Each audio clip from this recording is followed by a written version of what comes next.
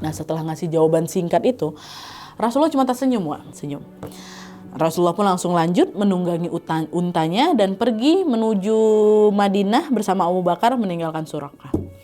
Nah, di sini setelah dapat momen itulah hati Suraqah tuh udah mulai terketuk, Pak. Hai, wassalamualaikum warahmatullahi wabarakatuh. Terima kasih sudah klik video ini.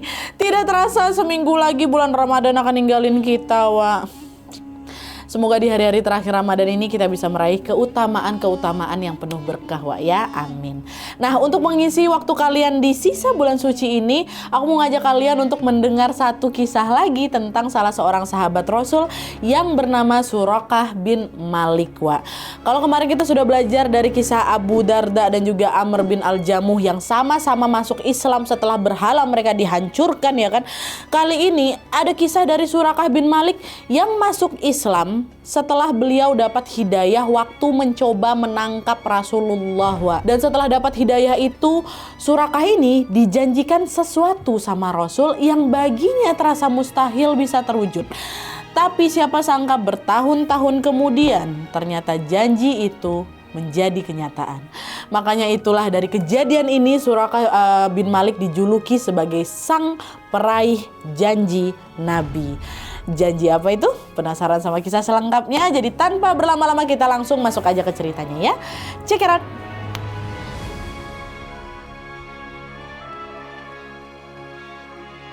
Oke, Wak, jadi Suraqah bin Malik radhiyallahu anhu adalah sahabat Rasul dari bangsa Quraisy, keturunan Bani Mudlij atau suku terpandang yang tinggal di Lembah Qadid, jalur antara Mekah dan Madinah, Wak.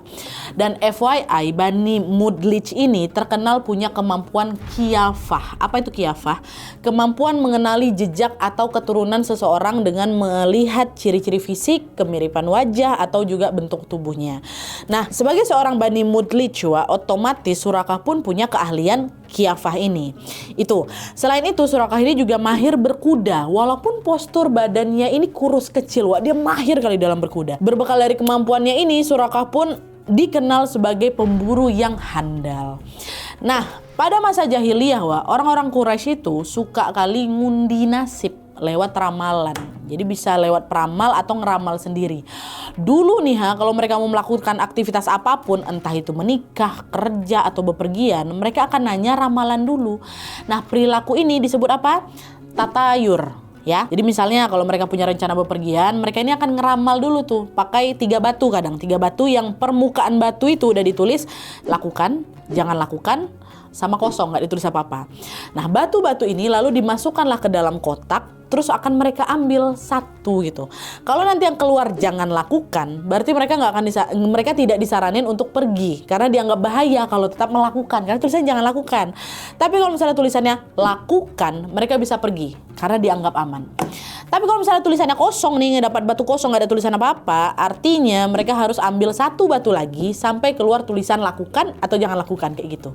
Dan menurut kepercayaan suku Quraisy, Wak, kalau misalnya mereka nekat nih ngelanggar si ramalan itu, maka mereka akan sial atau bakal gagal melakukan rencana mereka. Nah, kebiasaan itu pun dilakukan juga sama Suraqah sebelum dia masuk Islam. Kemanapun Suraqah pergi, Wak, dia selalu ngebawa batu ramal itu. Tapi yang dia bawa cuma 2 aja, bukan 3. Yaitu batu yang ditulis lakukan dan jangan lakukan. Batu ini menjadi petunjuk apa yang boleh dia lakukan dan apa yang tidak boleh dia lakukan. Pokoknya hidup Suraqah ini jadi tergantung sama si ramalan batu ini. Dan dia akan selalu mengikuti setiap petunjuk dari ramalan itu. Selalu, nggak pernah enggak itu. Dan masa-masa ini, Wak, Rasul masih tinggal di Mekah waktu itu, belum hijrah ke Madinah. Oke? Sampailah pada suatu waktu tekanan kaum Quraisy terhadap Rasulullah SAW dan para pengikutnya di Mekah pun makin berat. Dakwah Rasulullah kan dianggap mengancam kepercayaan nenek moyang mereka kan, sehingga berbagai cara pun dilakukan untuk menghentikan Rasul, mulai dari hinaan dapat Rasul, penyiksaan terhadap kaum muslimin, sampai juga rencana penghilangan nyawa Rasulullah. Nah, karena situasi sudah sangat berbahaya waktu itu, akhirnya Rasulullah mendapatkan perintah dari Allah untuk hijrah meninggalkan Mekah menuju ke Madinah. Waktu itu ditemani sama Abu Bakar. Nah, hijrah ini, Wak, bukan sekedar untuk pindah tempat tinggal aja, tapi juga upaya menyelamatkan dakwah Islam dan juga kaum muslimin dari ancaman kaum kafir Quraisy. Nah, Ketika kaum Quraisy ini sadar kalau Rasulullah sudah keluar dari Mekah, kan mulai hijrah nih. Mereka semua pada panik, Wak. Mereka takut Rasulullah berhasil sampai ke Madinah dan nanti di Madinah akan membangun kekuatan baru lagi gitu kan. Akhirnya Quraisy buatlah sayembara besar-besaran waktu itu di Mekah kan. Barang siapa yang berhasil menangkap Muhammad dan membawanya kembali ke Quraisy, maka dia akan dihadiahi 100 ekor unta. 100 ekor, wah masa sekarang 100 ekor tuh berapa itu ya, miliaran, belasan miliar mungkin ya kan. Makanya orang-orang juga tergiur kali, termasuk Surakah pun akhirnya cari-cari info lah itu kan soal keberadaan Rasulullah. Dan pas Surakah lagi duduk santai nih Wak sama kawan-kawannya lah itu di sana ya kan, tiba-tiba salah seorang kawannya datang nih bawa kabar, aku tadi lihat ada 3 ekor unta. Kayaknya itu Abu Bakar sama Muhammad lah. Terus satu lagi itu unta yang ngangkut perbekalan mereka. Dengar itu Surakah bilang, salah orang kali, paling itu orang lain. Betul kok, aku yakin itu Muhammad kata. Surakah bilang lagi, diam aja, jangan bilang yang lain, nanti orang tahu kata dia kayak gitu. Ternyata Surakah ini sebenarnya yakin kalau apa yang dibilang sama temannya itu memang betulan Rasulullah. Cuman dia nyuruh kawannya ini diam supaya biar dia aja yang bisa nangkap Rasulullah dan biar dia yang bisa dapat 100 unta itu. Makanya tadi Surakah sempat bilang, mungkin kok salah lihat gitu, supaya orang-orang nggak ngeliat ke sana. Padahal dia tuh pasti Rasul gitu. Pokoknya Surakah tuh pengen menang sendiri gitu loh waktu itu. Makanya nggak lama dari itu Surakah pun langsung pulang lah itu ke rumah. Dia nyiapin panah, baju besi kebanggaannya, sama dia bawa kuda yang biasanya dia pakai buat berburu. Ingat ya, Surakah ini mahir kali dalam berburu. Nah, nggak lupa juga waktu itu Surakah bawa 2 batu ramalan dia ya, 2 batu yang biasanya akan dia pakai untuk ngeramal kegiatan dia tuh dia bawa. Nah pas mau berangkat ini, kayak biasanya Surakah mengundi 2 batu itu. Dia minta petunjuk dari batu nih, apakah yang mau aku lakukan ini benar atau enggak ya kan. Waktu diambil, yang keluar tulisan jangan lakukan. Artinya apa? Dia tidak boleh atau tidak disarankan untuk ngejar Rasulullah. Kalau Surakah nekat, dia akan gagal atau bahkan mungkin nggak selamat ya kan. Untuk nengok, Allah jangan lakukan gitu kan. Nah rupanya di sini untuk pertama kalinya Surakah nggak terima sama hasil batu yang keluar itu. Yang ada dia malah kesal karena dia sepengen itu nangkap Rasulullah. Demi apa? Demi bisa mendapatkan 100 unta tadi. Allah ini pula. Akhirnya karena keinginan itu nggak bisa dibendung, Surakah tetap nekat tuh, mau ngejar Rasul di luar, nggak dipeduliin hasil dari batu tadi ya kan. Berangkatlah Surakah nih ke lokasi yang udah dibilang sama si kawannya tadi. Waktu udah berangkat, entah kenapa ini tumben-tumbennya nih Wak ya, di tengah jalan kudanya Surakah ini tergelincir, jatuh juga lah si Surakah itu kan. Kaget Surakah di situ, ngapa nih bisa nggak pernah kayak gini kudaku. Heran dia Wak, soalnya kan dia ini memang mahir kali berkuda, dia mahir berburu, kok bisa sekarang dia tercampak. Nah di situ, yaudahlah, mungkin memang lagi terjatuh aja gitu kan. Dia bangkit lagi dari tanah, dia langsung jalan Wak. Dia undi lagi tuh batunya kan, dia ambil, keluarnya sama, jangan lakukan. Tapi lagi-lagi karena di pikiran cuma hadiah 100 ekor unta, 100 ekor unta, miliaran kayak gitu kan. Kekehlah si Surakah ini tetap nangkap Rasulullah, padahal udah jelas tuh ya ada 2 kali, jangan lakukan. Pokoknya aku harus dapatin Muhammad kata dia. Nah lanjut jalan lagi Surakah, dan lagi-lagi Wak, tergelincir lagi kudanya. Apa nih kok bisa sampai jatuh 2 kali kudaku? Ini kuda terbaik Wak, kuda besar, kuda gagah gitu. Udah mulai sadar nih Surakah. Aku emang gak boleh nangkap Muhammad ini pasti gitu Wak. Tapi masih penasaran dia. Dia undi lagi itu batu ya kan untuk ketiga kalinya. Ditarik hasilnya masih sama. Jangan lakukan Surakah gitu. Jengkel dia itu udah 3 kali keluar lagi jangan lakukan kan. Tapi gak ngerubah apa-apa, dia tetap nekat untuk mengejar Rasulullah, menangkap dan dapat duit gitu. Surakah pun naik ke kuda lagi, jalan. Sampai gak lama dari kejauhan dia betulan ngeliat, wah ada Rasulullah, ada Abu Bakar lagi nunggang unta ya kan. Wih, ditengok kiri kanan, aman ini nih. Bentar lagi aku dapat 100 unta, ini gak ada orang kok sama sekali ya kan. Bentar lagi dapat. Waktu lagi ngegas, lagi nunggang ini, tergelincir lagi kudanya. Dan kali ini Wak, bahkan bukan tergelincir aja, 2 kaki depan kudanya itu masuk pasir, ambles ke pasir tuh loh, padang pasir itu. Kok jatuh lagi? Surakah turun, dia coba angkat kaki kudanya dari dalam tanah tuh kan, dia coba diangkat lah, tiba-tiba angin kencang datang. Gegara angin itu datang, Suraka jadi makin susah lagi ngangkat kaki kudanya tuh, Wak. Dicoba lagi, angin datang lagi, dicoba lagi, angin datang lagi. Berkali-kali dicoba, gagal, Wak. Di percobaan yang kesekian, baru nih bisa keangkat kaki kudanya kan. Tapi pas sudah berhasil keangkat, Suraka nggak langsung ngegas nangkap Rasul, Wak. Kegagalan Suraka kesekian kali inilah yang jadi momen yang mengubah pandangan Suraka. Jadi waktu dia keangkat, dia mulai mikir, ini kayaknya Muhammad memang betulan sudah dilindungi oleh Tuhannya, dilindungi oleh Allah. Aku loh mahir kuda bertahun-tahun, gak pernah-pernahnya aku jatuh dengan cara kayak gini ya. Ini aku berkali-kali jatuh, berkali-kali. Di saat itu juga Suraka tersadar kalau Allah Subhanahu wa Ta'ala lagi menunjukkan tanda-tanda kebesarannya. Peristiwa inilah yang jadi awal mula datangnya hidayah pada Suraka, Wak. Dah nih, gak lama Suraka duduk dan berpikir. Setelah Suraka menyaksikan sendiri peristiwa yang jadi bukti kebesaran Allah dan perlindungannya kepada Rasulullah ini, Wak. Di situ Suraka radhiyallahu anhu langsung percaya kalau suatu saat nanti Allah aja kan udah bikin kayak gini nih, ngelindungin Rasulullah sebegininya ya kan. Suatu saat nanti Allah pasti juga akan memudahkan jalan Rasulullah untuk menguasai Mekah. Sekarang memang Rasulullah lagi nggak ada kekuatan kali lah di Mekah kan. Tapi suatu saat Allah pasti akan bantu Rasul untuk menguasai Mekah. Suraka yang sebelumnya berusaha melukai Rasulullah ngerasa khawatir, Wak. Kalau suatu saat nanti pasukan Rasulullah bisa menguasai Mekah, keselamatan aku pasti bakal terancam. Zaman dulu kan kalau ada satu pihak yang berhasil menangin perang atau menduduki suatu wilayah kan, maka si pemenang ini bebas ngelakuin apa aja di wilayah ini kan, Wak. Mereka diperbolehkan ngerampas harta benda, boleh mengadili, bahkan boleh menghilangkan nyawa orang gitu. Makanya di sini panik Suraka, Wak. Di sini Suraka tuh masih nganggap Rasulullah sama seperti mereka, padahal kan Rasulullah sangat mulia. Rasulullah juga nggak serta-merta main ngebunuh, itu kan ada ketentuannya. Pun kalau bisa dilakukan itu adalah perintah Allah gitu kan. Dia masih menyamakan pemikirannya Rasul kayak kawan-kawan kafir yang lain tuh. Jadi takut di situ, Wak. Takut Suraka ini takut dia disikat juga nanti. Akhirnya saat itu juga Suraka radhiyallahu anhu memanggil Rasulullah dan Abu Bakar dari belakang. Rasulullah sama Abu lagi jalan tuh di depannya. Nah waktu itu posisi Suraka udah makin dekat nih, Pak. Udah lumayan dekat, diteriakin sama Suraka dari belakang. Wahai Muhammad, wahai Abu Bakar, aku Suraka. Tunggulah, aku ingin bicara sama kalian. Rasulullah berhenti, nengok. Demi Allah, aku tidak akan mengganggu kalian. Aku juga tidak lagi datang membawa bahaya atau hal buruk untuk kalian. Setelah Suraka berteriak seperti itu, Rasulullah kemudian berkata kepada sahabatnya Abu Bakar, wahai Abu Bakar, katakanlah padanya apa yang ingin dia sampaikan kepada kita. Nah setelah Suraka mendekat ke mereka, Abu Bakar yang nanya, wahai Suraka, apa yang kau inginkan dari kami? Kata kayak gitu. Rasulullah sama Abu Bakar tahu Suraka ini Quraisy yang lagi ngejar dia, Wak, tahu betul. Nah di situ Suraka jawab, tolong tuliskan surat kepadaku yang jadi bukti antara aku dan engkau ya Muhammad gitu. Surat apa ini maksud sama Surakah ini kan? Nah maksud Surakah adalah surat untuk jaminan keselamatannya. Kalau suatu saat nanti pasukan Rasulullah berhasil menduduki Mekah, saya jangan diapa-apain.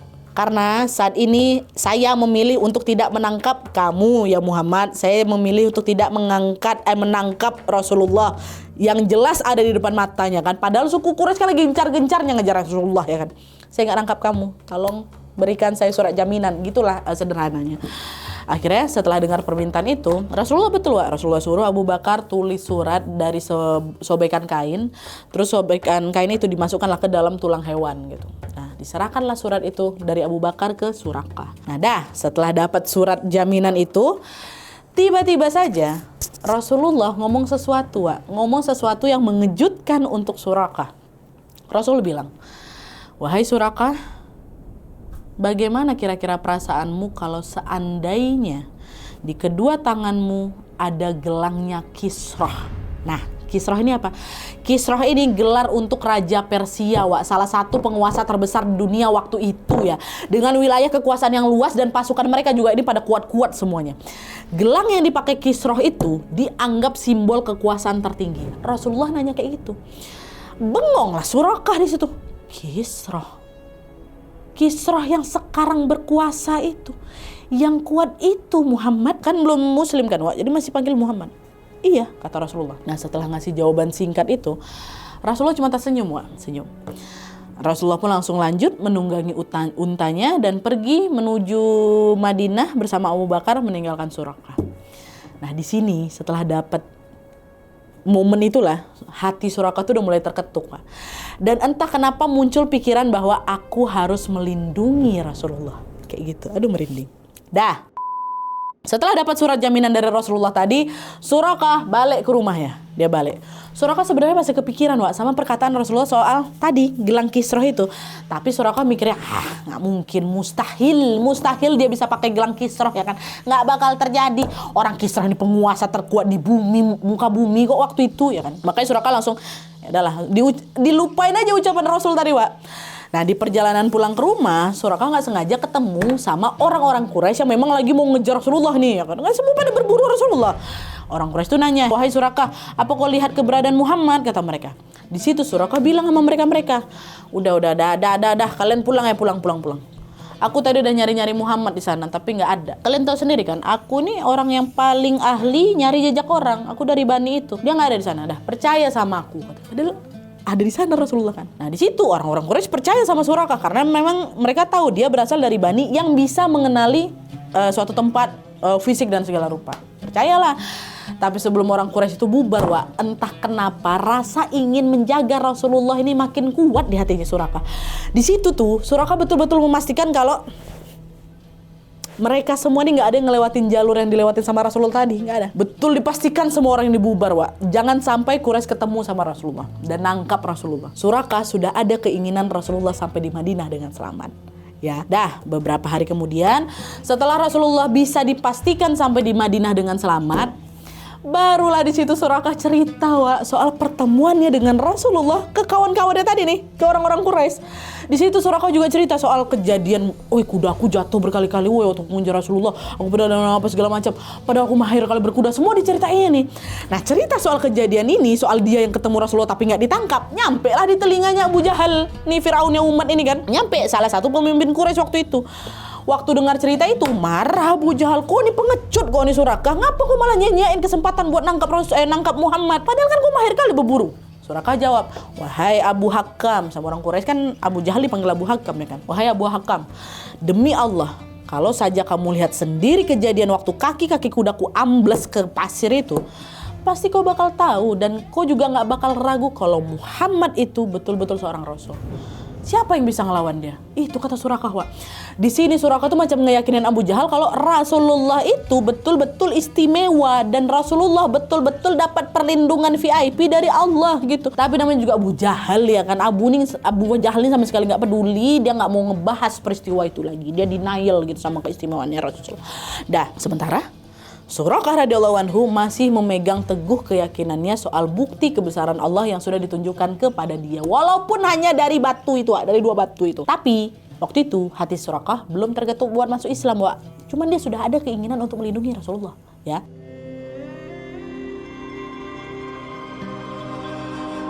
Dan nih, beberapa tahun setelah peristiwa itu, keadaan kaum muslimin perlahan-lahan mulai berubah.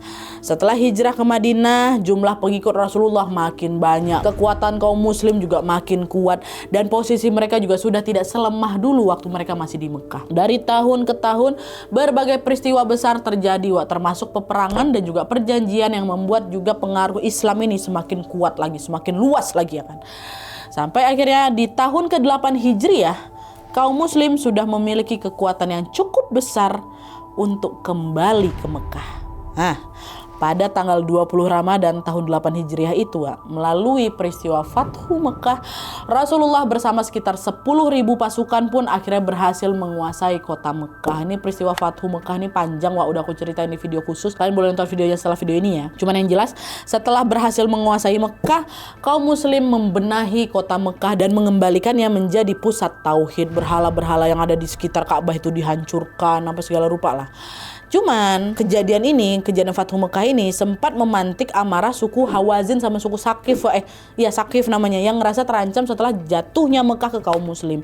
Nah, dari amarah itu muncullah perang Hunain. Perang Hunain yang terjadi beberapa hari setelah Fathu Mekah lah, tepatnya di bulan Syawal ya kan. Cuman alhamdulillahnya peperangan ini kembali dimenangkan sama kaum muslimin gitu. Wilayah Mekah kembali lagi diduduki sama pasukan muslim. Makin kuat lagi mereka. Sebagai pemenang perang, pasukan muslimin kan berwenang atas segala hal yang ada di Mekah kan, Wak. Di sini Suraka ketakutan dia, soalnya kan dulu dia pernah ngejar Rasulullah ya kan. Rasulullah tahu dia mau nangkap Rasul kan. Suraka pikir Rasulullah bakal nangkap dia juga. Nah, waktu Rasulullah lagi sibuk membagikan harta rampasan perang setelah perang Hunain, Wak, Suraka datang menghadap Rasulullah. Nah, waktu melihat Rasulullah untuk yang kedua kali, Suraka langsung bengong dia, Wak. Kagum dia. Kagumnya apa? Lihat kegagahan Rasulullah yang waktu itu lagi nunggangin untanya.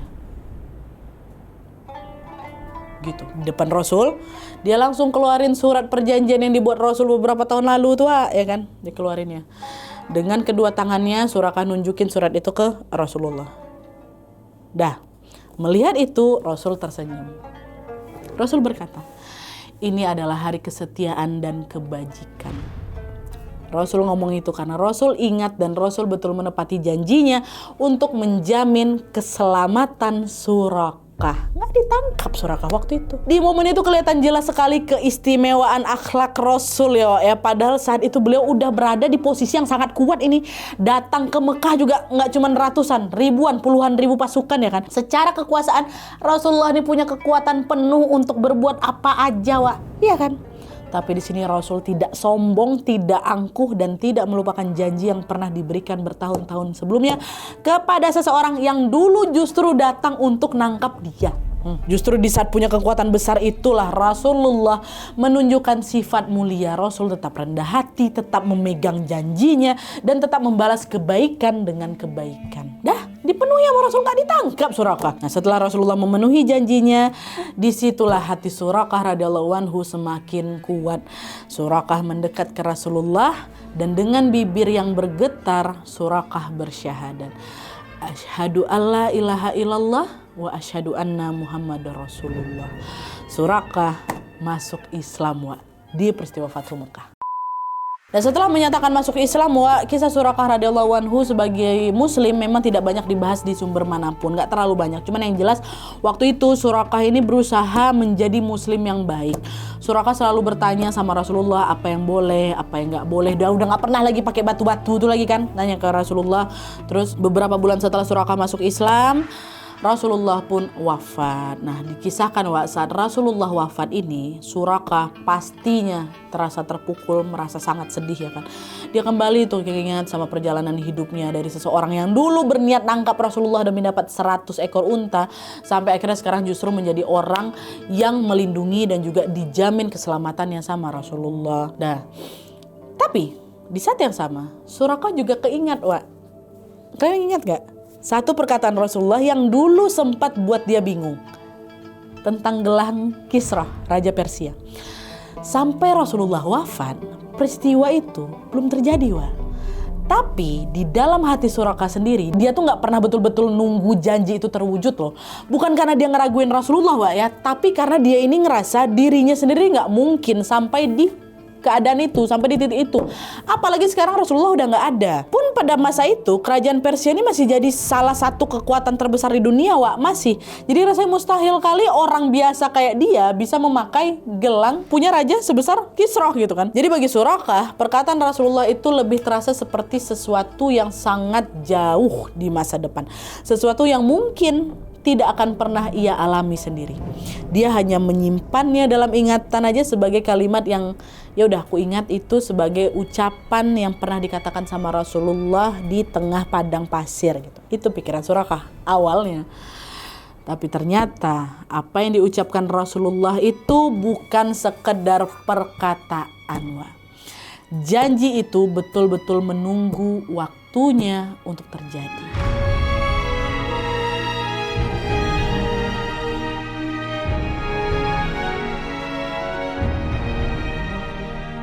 Dah, Jadi ceritanya waktu itu, saat masa kepemimpinan sudah masuk di masa Umar bin Khattab radhiyallahu anhu, salah satu wilayah yang berhasil ditaklukkan sama Umar bin Khattab apa? Persia ya kan, lewat perang Kisrah pada tahun 15 Hijriah. Atas izin Allah Subhanahu wa taala, Persia berhasil ditaklukkan setelah 30.000 pasukan muslim melawan ratusan ribu pasukan Persia. Menang kaum muslimin. Kerajaan Persia ini punya wilayah yang luas sekali, makanya dikisahkan juga kalau pasukan muslim ini butuh beberapa kali penyerangan juga untuk menguasain Persia, nggak langsung secepat itu. Nah, pas pasukan muslim ini berhasil menduduki istana Kisrah, mereka ngambillah itu kan harta-harta Kisrah sebagai rampasan perang atau namanya ganimah, pintar. Tapi mereka waktu itu kebingungan cara ngebagiinnya ini gimana, saking banyaknya harta-harta Kisrah waktu itu. Akhirnya mereka bawalah ini harta rampasan perang ke depan Umar bin Khattab yang ada di Madinah. Setibanya harta itu di Madinah, penduduk Madinah pun berkumpul dan melihat banyaknya harta-harta itu. Mereka kagum kali ya kan, banyak kali bah gitu. Seorang Umar bin Khattab ya waktu nengok harta rampasan perang, Maha suci Allah yang telah membuat mereka tunduk kepada agama Allah. Saking banyaknya, Wak. Nah, di antara harta rampasan perang itu, Umar lihat ada gelang-gelang Kisrah. Waktu lihat itu, Umar langsung ingat sama kisah Rasulullah waktu dikejar sama Suraqah bin Malik. Nah, kenapa Umar bisa tahu? Karena Abu Bakar radhiyallahu anhu cerita ke sahabat-sahabat yang lain, termasuk ke Umar bin Khattab. Akhirnya di situ Umar pun langsung mencari keberadaan Suraqah. Setelah ketemu, Umar bilang, "Wahai Suraqah, apakah kau mengingat kisah hijrahnya Rasul dan Abu Bakar dari Mekah ke Madinah?" Kata Umar, Iya wahai Umar, aku mengingatnya. Apa yang dikatakan Rasulullah kepadamu saat itu? Rasulullah berkata, Suraqah, bagaimana perasaanmu kalau kau mengenakan gelangnya Kisrah? Itu kata Rasul ya Umar, gitu kan kata Suraqah. Situ Umar langsung diangkat tangannya. Wahai Suraqah, ini adalah 2 gelang Kisrah. Ambillah. Lihat itu, gemetar badannya Suraqah itu. Dia kayak nggak percaya dengan apa yang dia lihat di depan matanya. Perkataan Rasulullah yang dulu terasa mustahil, ternyata betul-betul terjadi di hadapannya. Sekarang ada tuh gelang Kisrah, bertahun-tahun dia menyimpan kalimat itu di dalam ingatannya. Dan hari ini Allah menampakkan kebenarannya, Wak. Gelangnya depan mata. Umar bilang, sebagai bukti kebenaran risalah dari Rasulullah SAW, pakailah kedua gelang ini di kedua tanganmu, lalu berjalanlah keliling Madinah sambil menyampaikan apa yang pernah dikatakan Rasulullah kepadamu. Akhirnya dengan tangan yang masih gemetar tuh dan mata yang udah mulai berkaca-kaca nih kan, Wak, Suraqah pun menerima gelang itu. Dia betul-betul pakai di kedua tangannya. Dan dikisahkan saat Suraqah mengenakan gelang itu, Wak, gelangnya sampai melorot ke lengannya. Karena ukuran gelang tuh besar. Kan badan Suraqah juga lumayan kurus kecil kan, Wak. Udah sampai melorot gitu. Tapi dia nggak peduli soal itu. Dengan air mata yang udah turun deras, Wak, dengan gelang Kisrah yang dia kenakan di kedua tangannya yang mengepal ke atas, Suraqah pun mengelilingi Madinah sambil menyerukan apa yang Rasulullah sampaikan dulu. Kekasihku Rasulullah mengatakan, Suraqah, bagaimana perasaanmu kalau kau mengenakan 2 gelang Kisrah? Dan inilah benar janji Allah dan Rasulnya. Itu kata, inilah janji Allah dan Rasulnya. Kekasihku Rasulullah pernah berkata, wahai Suraqah, kayak gitu. Ya Allah, merinding aku. Dapat, Wak, apa yang diucapkan Rasulullah dulu betulan terjadi. Rasulullah tidak pernah ingkar janji, Wak. Udah. Setelah mendapatkan gelang Kisrah itu, Suraqah pun menjalani hidupnya sebagai seseorang muslim yang baik sampai beliau tutup usia. Gak ada yang tahu pasti kapan dan di mana beliau meninggal, Wak, tapi kami ketemukan riwayat yang menyebutkan katanya di masa kekhalifahan Umar bin Khattab. Di masa itulah Suraqah meninggal. Oke, jadi itu tadi kisah menyentuh seorang Suraqah bin Malik, Wak. Yang paling luar biasa dari kisah Suraqah ini adalah gimana hidupnya dibalik sama Allah, Wak, ya. Dulu loh dia berangkat, niatnya apa? Nangkap Rasulullah demi dapat 100 ekor unta. Tapi justru dialah yang akhirnya jadi orang yang bisa membuktikan sendiri kebenaran ucapan Rasulullah. Orang yang dulunya mengejar Nabi malah menjadi orang yang memakai gelang Raja Persia di tangannya sendiri, persis seperti apa yang sudah pernah dikatakan Rasulullah kepadanya bertahun-tahun sebelumnya. Jadi kisah Suraqah bin Malik ini bukan cuma tentang seseorang yang berubah, Wak, tapi tentang bagaimana janji Rasulullah itu memang benar adanya. Walaupun pada saat diucapkan terasa mustahil bagi sebagian orang. Dari seorang pengejar Nabi, akhirnya Suraqah bin Naufal dikenal sebagai sang peraih janji Nabi. Semoga kita semua selalu berada di jalan yang benar dan tidak dibutakan sama harta, Wak ya. Oke, Wak, jadi sekian dulu videonya. Terima kasih banyak yang sudah menonton. Kalau kalian suka video ini, klik like-nya. Jangan lupa komen di bawah untuk ide dan saran-saran video selanjutnya. Jangan lupa nyalain notifikasinya supaya kalian tahu kalau upload video baru. And as always, jangan lupa untuk klik tombol subscribe supaya kalian sama-sama tahu informasi menarik dan menegangkan dari channel aku. See you next video, Wak. Bye.